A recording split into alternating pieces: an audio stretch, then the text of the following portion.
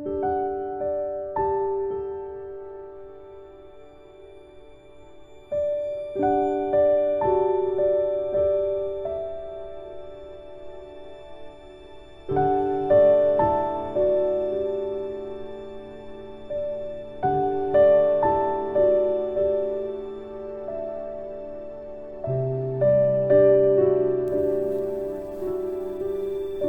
welcome to a year of eternal love. This is review week.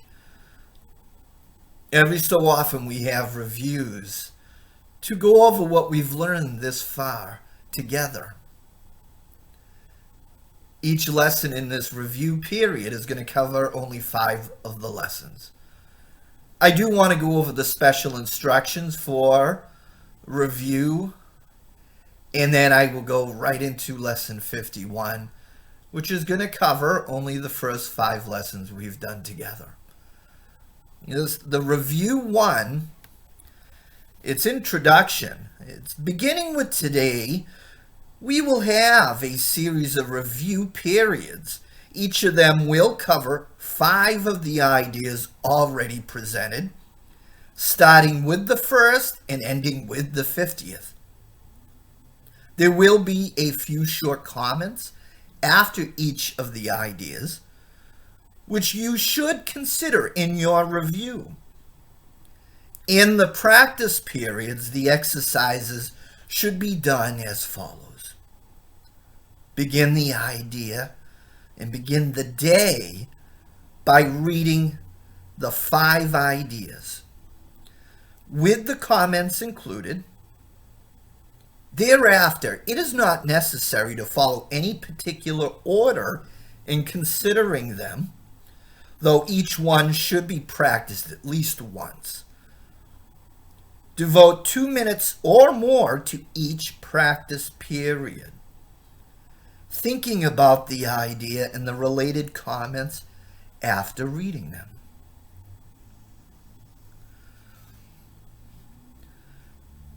Do this as often as possible during the day.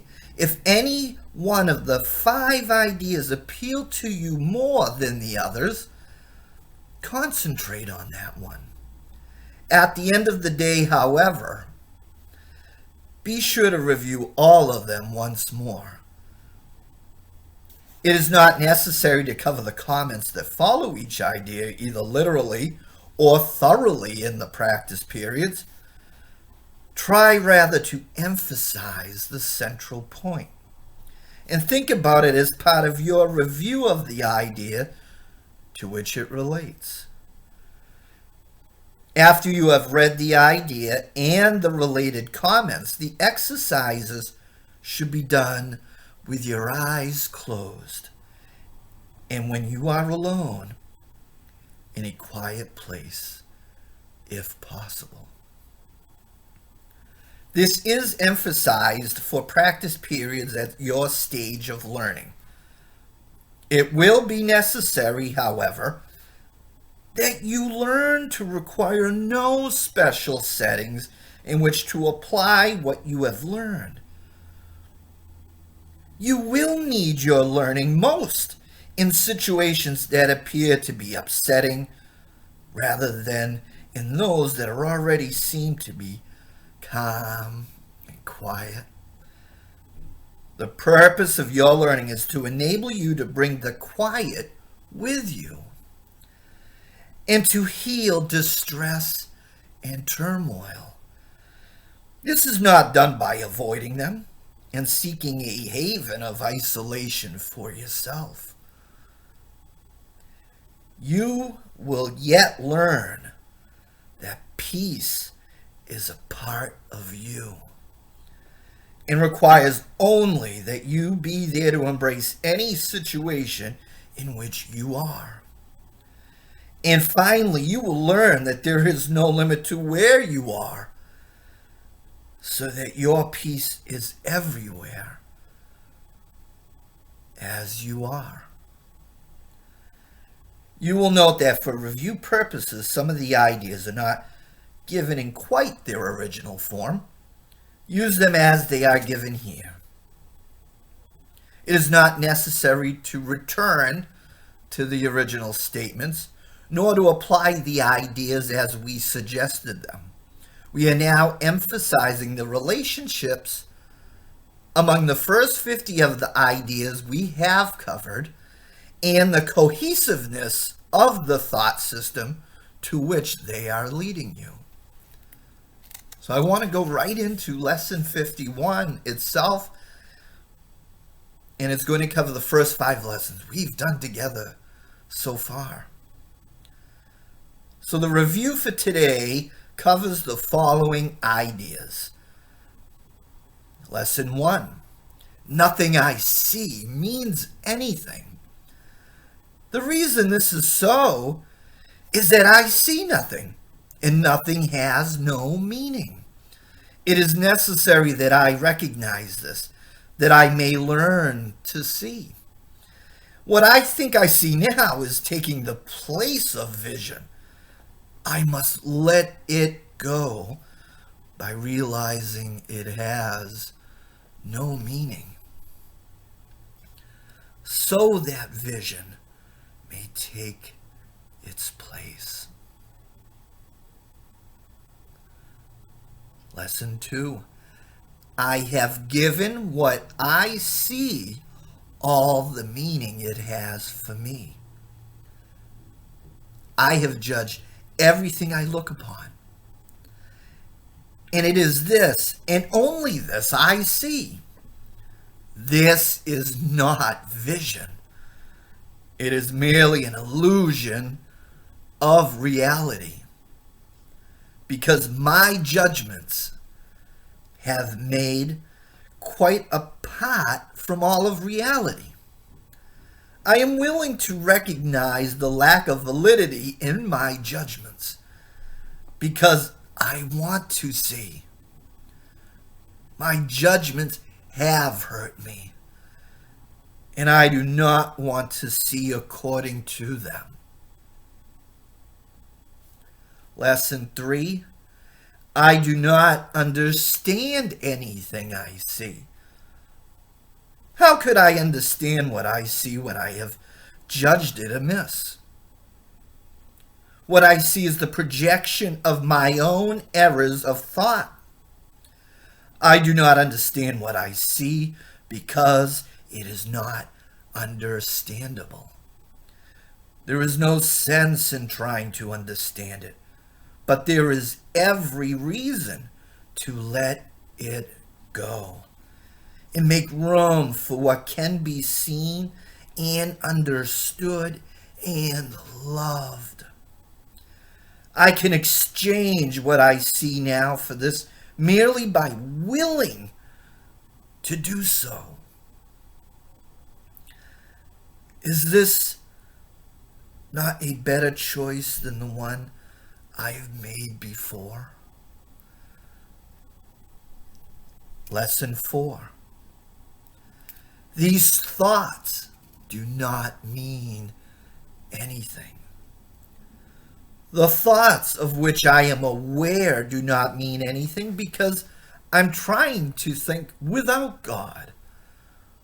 What I call my thoughts are not my real thoughts. My real thoughts are the thoughts I think with God. I am not aware of them because I have made my thoughts take their place. I am willing to recognize that my thoughts do not mean anything and to let them go.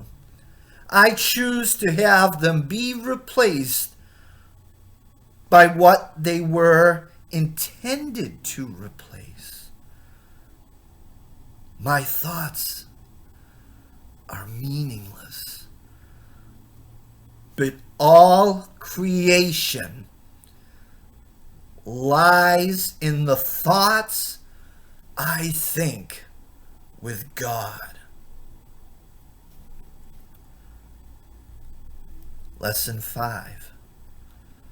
I am never upset for the reason I think.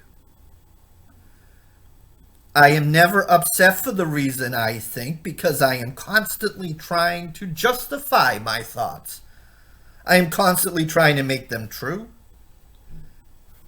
I make all things my enemies so that my anger is justified and my attacks are warranted. I have not realized how much I have misused everything I see by assigning this role to it. I have done this to defend a thought system that has hurt me and that I no longer want. I am willing to let it go for the insights. What this is reminding us is that everything we have been seeing up until this point has been with the eyes of the ego. The ego is insidious. It will do anything and everything to justify the anger, justify the guilt, justify separation. Separation, again, is you're over there and I'm over here. We're all separate bodies, separate people, separate minds. We are not separate. We are the one Son of God, the one love of God. Our minds are linked, eternally linked with God. This one mind that we're a part of, this one love that we're a part of. This is to remind us that in those moments of any challenge, any turmoil that will seep into your day, that you can quickly remind yourself, whoa, this is not real. This is not reality.